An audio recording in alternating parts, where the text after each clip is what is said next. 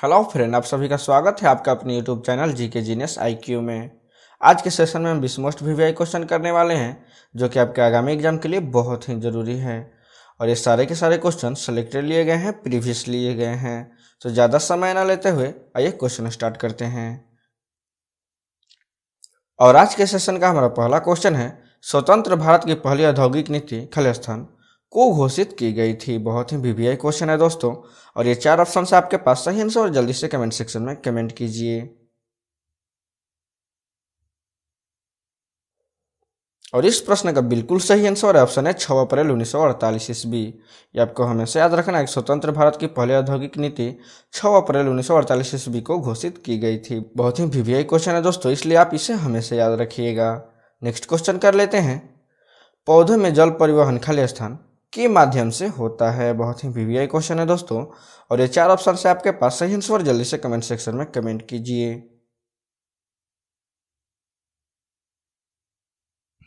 और इस प्रश्न का बिल्कुल सही आंसर ऑप्शन डी जाइलम। ये आपको हमेशा याद रखना है कि पौधे में जल परिवहन जाइलम के माध्यम से होता है। ये आपको हमेशा याद रखना है। ठीक है दोस्तों, नेक्स्ट क्वेश्चन कर लेते हैं, प्रजनन शक्ति की कमी खाली स्थान की कमी के कारण होता है। बहुत ही वीवीआई क्वेश्चन है दोस्तों। और ये 4 ऑप्शन है आपके पास, सही आंसर जल्दी से कमेंट सेक्शन में कमेंट कीजिए।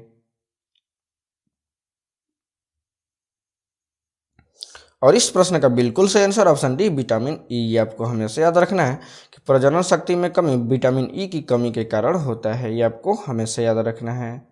ठीक है दोस्तों, और आपको ये भी पता होना चाहिए कि इसकी कमी के कारण ही एनीमिया या रक्ताल्पता रोग होता है। ये भी आपको हमेशा याद रखना है कि विटामिन ई की कमी के कारण एनीमिया या रक्ताल्पता रोग होता है। ठीक है दोस्तों, और आपको ये भी पता होना चाहिए कि विटामिन ई खून में उपस्थित लाल रक्त कणिकाओं और श्वेत रक्त कणिकाओं को बनाने में मदद करता है। ये आपको हमेशा याद रखना है। ठीक है दोस्तों, नेक्स्ट क्वेश्चन कर लेते हैं, ज्वार भट्टा सबसे ऊंचा तब होता है जब खाली स्थान एक ही रेखा में होते हैं। बहुत ही वीवीआई क्वेश्चन है दोस्तों। और ये 4 ऑप्शन है आपके पास, सही आंसर जल्दी से कमेंट सेक्शन में कमेंट कीजिए। और इस प्रश्न का बिल्कुल सही आंसर ऑप्शन बी सूर्य, चंद्रमा और पृथ्वी। आपको हमेशा याद रखना है कि ज्वारभाटा सबसे ऊंचा तब होता है जब सूर्य, चंद्रमा और पृथ्वी एक ही रेखा में होते हैं। ये आपको हमेशा याद रखना है। और आपको ये भी बता दें कि चंद्रमा जब पृथ्वी के निकट आता है तो पृथ्वी को अपने गुरुत्वाकर्षण बल से अपनी ओर खींचता है, जिससे पृथ्वी के ठोस भाग पर तो कोई प्रभाव नहीं पड़ता, लेकिन जलीय भाग पर बहुत ज़्यादा प्रभाव पड़ता है। वहाँ पर हलचल सी पैदा कर देता है। ठीक है दोस्तों, गुरुत्वीय आकर्षण बल का प्रतिपादन आइजैक न्यूटन द्वारा किया गया था। ये भी आपको हमेशा याद रखना है, गुरुत्वीय आकर्षण बल का खोज आइजैक न्यूटन द्वारा किया गया था। और न्यूटन का जन्म 4 जनवरी 1643 ईस्वी में हुआ था। ये भी आपको हमेशा याद रखना है। बहुत बार एग्जाम में पूछा गया है कि न्यूटन का जन्म कब हुआ था, तो आपको बताना होता है कि 4 जनवरी 1643 ईस्वी में हुआ था। और ये इंग्लैंड के वैज्ञानिक थे जो गुरुत्वाकर्षण बल और गति के नियम दोनों का प्रतिपादन किए थे। ये आपको हमेशा रखने गया, गुरुत्वाकर्षण बल और गति के नियम दोनों की खोज किए थे। ठीक है दोस्तों, हजरत बल मस्जिद खाली स्थान में है। बहुत ही वीवीआई क्वेश्चन है दोस्तों। और ये 4 ऑप्शन है आपके पास, सही आंसर जल्दी से कमेंट सेक्शन में कमेंट कीजिए।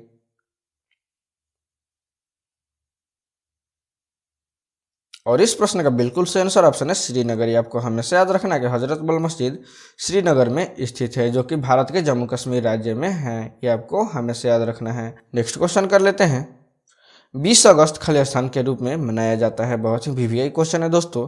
और ये 4 ऑप्शन है आपके पास, सही आंसर जल्दी से कमेंट सेक्शन में कमेंट कीजिए। बहुत ही वीवीआई क्वेश्चन है दोस्तों, इसलिए इसका आंसर जरूर कमेंट सेक्शन में कमेंट कीजिएगा। और इस प्रश्न का बिल्कुल सही आंसर ऑप्शन सी सद्भावना दिवस। ये आपको हमेशा याद रखना है कि 20 अगस्त को सद्भावना दिवस के रूप में मनाया जाता है।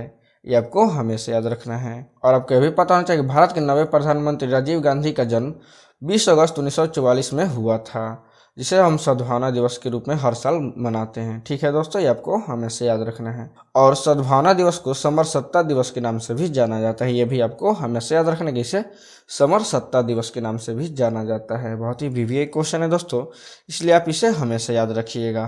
नेक्स्ट क्वेश्चन कर लेते हैं, काबुई जनजाति खाली स्थान में है। बहुत ही वीवीआई क्वेश्चन है दोस्तों।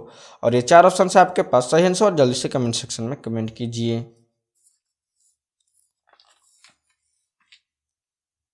और इस प्रश्न का बिल्कुल सही आंसर ऑप्शन है मणिपुर। ये आपको हमेशा याद रखना है कि काबुई जनजाति मणिपुर में निवास करती है। और आपको यह भी बता दें कि काबुई जनजाति मणिपुर के तमेंगलोंग जिले में निवास करती है। ये आपको हमेशा याद रखना है। मणिपुर की राजधानी इम्फाल है। ये भी आपको हमेशा याद रखना है, मणिपुर की राजधानी इम्फाल है। और काबुई जनजाति मणिपुर के अलावा नागालैंड और असम के निकटवर्ती पहाड़ी क्षेत्र में निवास करती है। ये भी आपको हमेशा याद रखना है। ठीक है दोस्तों, नेक्स्ट क्वेश्चन कर लेते हैं। राणा संघ खलिस्तान का शासक था। बहुत ही वीवीआई क्वेश्चन है दोस्तों, और ये 4 ऑप्शन से आपके पास सही आंसर जल्दी से कमेंट सेक्शन में कमेंट कीजिए।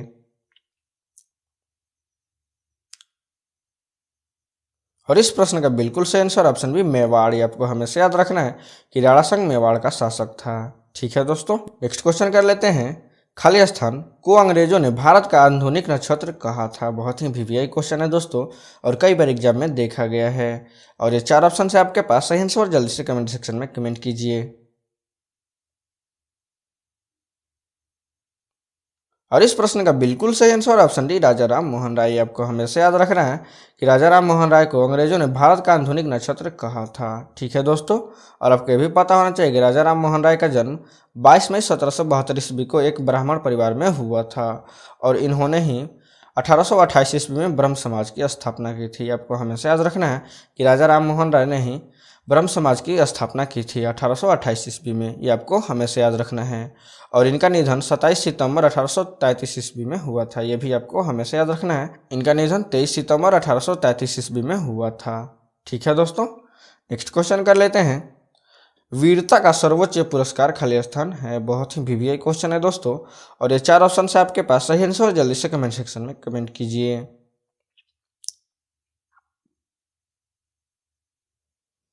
और इस प्रश्न का बिल्कुल सही आंसर ऑप्शन भी परमवीर चक्र। आपको हमेशा याद रखना है कि वीरता का सर्वोच्च पुरस्कार परमवीर चक्र को माना जाता है, और इसकी स्थापना 26 जनवरी 1950 को की गई थी। ये भी आपको हमेशा याद रखना है कि परमवीर चक्र की स्थापना 26 जनवरी 1950 ईस्वी को किया गया था, और उसी दिन भारत को गणराज्य घोषित किया गया था। 26 जनवरी 1950 को ही भारत को गणराज्य घोषित किया गया था।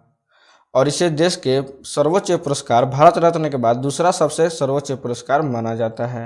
यह भी आपको हमेशा याद रखना है कि भारत रत्न के बाद परमवीर चक्र को ही दूसरा प्रतिष्ठित सर्वोच्च पुरस्कार माना जाता है। ठीक है दोस्तों, और इसके प्रथम विजेता मेजर सोमनाथ शर्मा थे। ये भी आपको हमेशा याद रखना है कि परमवीर चक्र के प्रथम विजेता मेजर सोमनाथ शर्मा थे, जिन्हें 3 नवंबर 1947 को दिया गया था। ये भी आपको हमेशा याद रखना है कि इन्हें 3 नवंबर 1947 को दिया गया था। ठीक है दोस्तों, नेक्स्ट क्वेश्चन कर लेते हैं। पुराणों की संख्या खालिस्तान है। बहुत ही वीवीआई क्वेश्चन है दोस्तों, और ये 4 ऑप्शन से आपके पास सही आंसर जल्दी से कमेंट सेक्शन में कमेंट कीजिए। और इस प्रश्न का बिल्कुल सही आंसर ऑप्शन डी 18 है। आपको हमेशा याद रखना है कि पुराणों की संख्या 18 है। बहुत ही वीवीआई क्वेश्चन है दोस्तों, इसलिए इसे आप हमेशा याद रखिएगा। और इससे जुड़ा हुआ क्वेश्चन ये भी आता है कि वेदों की संख्या कितनी होती है, तो आपको बताना होता है कि वेदों की संख्या 4 होती है। ठीक है दोस्तों, यहाँ पे ध्यान देने की बात है कि वेदों की संख्या 4 होती है और पुराणों की संख्या 18 होती है। ठीक है दोस्तों, नेक्स्ट क्वेश्चन कर लेते हैं। झूम की खेती के लिए प्रचलित खालिस्तान राज्य है। बहुत ही वीवीआई क्वेश्चन है दोस्तों, और ये 4 ऑप्शन से आपके पास सही आंसर जल्दी से कमेंट सेक्शन में कमेंट कीजिए।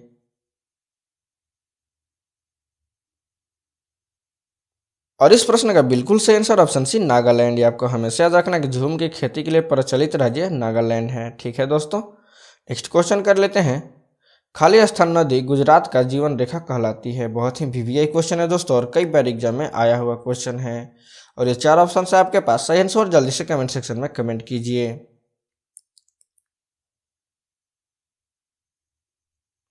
और इस प्रश्न का बिल्कुल सही आंसर ऑप्शन है नर्मदा नदी। आपको हमेशा याद रखना है कि नर्मदा नदी को गुजरात का जीवन रेखा कहा जाता है। ठीक है दोस्तों, और आपको ये भी पता होना चाहिए कि नर्मदा नदी को रेवा के नाम से भी जाना जाता है। ये आपको हमेशा याद रखना है कि इसे रेवा के नाम से भी जाना जाता है। और नर्मदा नदी की लंबाई 1312 किलोमीटर है। ये भी आपको हमेशा याद रखना है कि इसकी लंबाई 1312 किलोमीटर है। और इसका उद्गम स्थल मैकाल पर्वत के अमरकंटक शिखर से होता है। ये भी आपको हमेशा याद रखना है। नर्मदा नदी का उद्गम स्थल मैकाल पर्वत के अमरकंटक शिखर से होता है। ठीक है दोस्तों, और यह खंभात की खाड़ी जो कि अरब सागर में स्थित है वहाँ पे गिरती है। ये आपको हमेशा याद रखना है, यह खंभात की खाड़ी में गिरती है। ठीक है दोस्तों, नेक्स्ट क्वेश्चन करने से पहले आपसे एक रिक्वेस्ट है, यदि आप हमारे चैनल पर पहली बार आए हैं तो वीडियो को लाइक करें, शेयर करें और चैनल को सब्सक्राइब कर प्लीज़ हमें सपोर्ट करें। ठीक है दोस्तों, नेक्स्ट क्वेश्चन कर लेते हैं। पृथ्वी तथा चंद्रमा के कक्ष तलों में खाली स्थान का झुकाव है। बहुत ही वीवीआई क्वेश्चन है दोस्तों, और ये 4 ऑप्शन से आपके पास सही आंसर, और जल्दी से कमेंट सेक्शन में कमेंट कीजिए। और इस प्रश्न का बिल्कुल सही आंसर ऑप्शन बी 5 डिग्री। आपको हमेशा याद रखना है कि पृथ्वी तथा चंद्रमा के कक्ष तलों में 5 डिग्री का झुकाव है, ये आपको हमेशा याद रखना है। और आपको ये भी पता होना चाहिए कि चंद्रमा पृथ्वी का एकमात्र प्राकृतिक उपग्रह है जो सौरमंडल का 5वां सबसे विशाल प्राकृतिक उपग्रह है। ये आपको हमेशा याद रखना है कि चंद्रमा पृथ्वी का एकमात्र प्राकृतिक उपग्रह है और यह सौरमंडल का सबसे 5वां विशाल उपग्रह है। ठीक है दोस्तों, और पृथ्वी से चंद्रमा की दूरी 3,84,403 किलोमीटर है। यह भी आपको हमेशा याद रखना है कि पृथ्वी से चंद्रमा की दूरी 3,84,403 किलोमीटर है। और चंद्रमा पर गुरुत्वाकर्षण बल पृथ्वी के 1/6 गुना होता है। ये भी आपको हमेशा याद रखना है। ये कई बार एग्जाम में आया हुआ क्वेश्चन है कि चंद्रमा पर पृथ्वी की अपेक्षा कितना गुना गुरुत्वाकर्षण होता है, तो आपको बताना होता है 1/6 गुना होता है। ठीक है दोस्तों, और ये भी बता दें कि पृथ्वी की परिक्रमा 27.3 दिनों में कर लेता है। ये आपको हमेशा याद रखना है। चंद्रमा पृथ्वी की परिक्रमा 27.3 दिनों में पूरा कर लेता है। ठीक है दोस्तों, नेक्स्ट क्वेश्चन कर लेते हैं। सेन वंश का संस्थापक खाली स्थान थे जिनकी राजधानी लखनऊ में थी। और ये 4 ऑप्शन से आपके पास सही आंसर, और जल्दी से कमेंट सेक्शन में कमेंट कीजिए।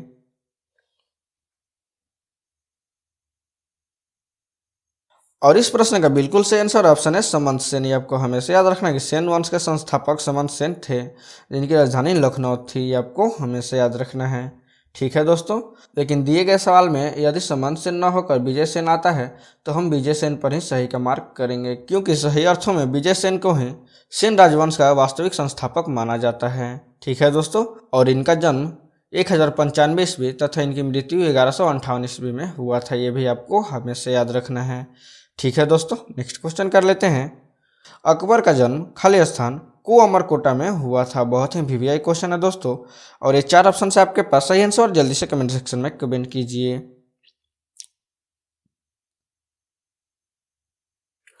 और इस प्रश्न का बिल्कुल सही आंसर ऑप्शन डी 15 अक्टूबर 1542 ईस्वी। आपको हमेशा याद रखना है कि अकबर का जन्म 15 अक्टूबर 1542 ईस्वी में अमरकोटा में हुआ था। ठीक है दोस्तों, और आपको ये भी पता होना चाहिए कि अकबर के पिता का नाम हुमायूं तथा माता का नाम बानो बेगम था। ये आपको हमेशा याद रखना है। ठीक है दोस्तों, और अकबर का पूरा नाम जलालुद्दीन मोहम्मद अकबर था। ये भी आपको हमेशा याद रखना है, जो मुगल वंश के तीसरा शासक था। ये आपको हमेशा याद रखना गया, मुगल वंश के तीसरा शासक थे। और इनका निधन 27 अक्टूबर 1542 ईस्वी को फतेहपुर में हुआ था। ये भी आपको हमेशा याद रखना है कि इनका निधन 27 अक्टूबर 1542 ईस्वी को फतेहपुर में हुआ था। ठीक है दोस्तों, नेक्स्ट क्वेश्चन कर लेते हैं। राष्ट्रीय गान सर्वप्रथम खाली स्थान को भारतीय राष्ट्रीय कांग्रेस के कोलकाता अधिवेशन में गाया गया था। बहुत ही वीवीआई क्वेश्चन है दोस्तों, और कई बार एग्जाम में आया हुआ क्वेश्चन है, इसलिए इसका आंसर जरूर कमेंट सेक्शन में कमेंट कीजिएगा। और इस प्रश्न का बिल्कुल सही आंसर ऑप्शन है 27 दिसंबर 1911 ईस्वी। आपको हमेशा याद रखना है कि राष्ट्रीय गान सर्वप्रथम 27 दिसंबर 1911 ईस्वी को भारतीय राष्ट्रीय कांग्रेस के कोलकाता अधिवेशन में गाया गया था। ये आपको हमेशा याद रखना है। ठीक है दोस्तों, और आपको भी पता होना चाहिए कि भारत का राष्ट्रीय गान जन गण मन है। ठीक है दोस्तों, जिसके रचयिता रविंद्रनाथ टैगोर हैं। ये भी आपको हमेशा याद रखना है कि जन गण मन के रचयिता रविंद्रनाथ टैगोर हैं। नेक्स्ट क्वेश्चन कर लेते हैं।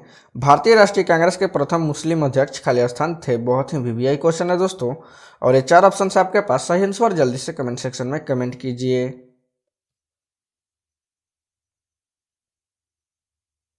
और इस प्रश्न का बिल्कुल सही आंसर ऑप्शन है बदरुद्दीन तैयब। आपको हमेशा याद रखना है कि भारतीय राष्ट्रीय कांग्रेस के प्रथम मुस्लिम अध्यक्ष बदरुद्दीन तैयब थे। ये आपको हमेशा याद रखना है।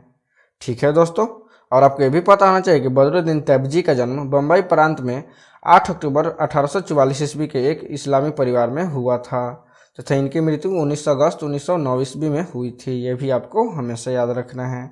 ठीक है दोस्तों, नेक्स्ट क्वेश्चन कर लेते हैं। दिल्ली के महरौली में स्थित लौह स्तंभ को खाली स्थान ने बनवाया था। बहुत ही वीवीआई क्वेश्चन है दोस्तों, और ये 4 ऑप्शन से आपके पास सही आंसर, जल्दी से कमेंट सेक्शन में कमेंट कीजिए। और इस प्रश्न का बिल्कुल सही आंसर ऑप्शन बी चंद्रगुप्त द्वितीय। आपको हमेशा याद रखना है कि महरौली में स्थित लौह स्तंभ चंद्रगुप्त द्वितीय द्वारा बनवाया गया था। ये आपको हमेशा याद रखना है। और आपको यह भी पता होना चाहिए चंद्रगुप्त द्वितीय को हम विक्रमादित्य के नाम से भी जानते हैं। ये भी आपको हमेशा याद रखने के लिए विक्रमादित्य के नाम से भी जाना जाता था। ठीक है दोस्तों, और यह स्तंभ कुतुब मीनार के निकट स्थित है जिसकी लंबाई 7 मीटर है। ये भी आपको हमेशा याद रखना है कि इस स्तंभ की लंबाई 7 मीटर है। ठीक है दोस्तों, नेक्स्ट क्वेश्चन कर लेते हैं। संविधान के भाग 9 में खाली स्थान का उल्लेख है। और ये 4 ऑप्शन से आपके पास सही आंसर जल्दी से कमेंट सेक्शन में कमेंट कीजिए।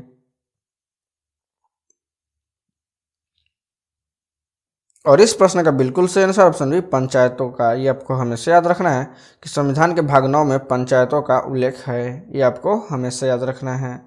संविधान से बहुत सारे क्वेश्चन आते हैं दोस्तों, इसलिए आप इसे हमेशा याद रखिएगा।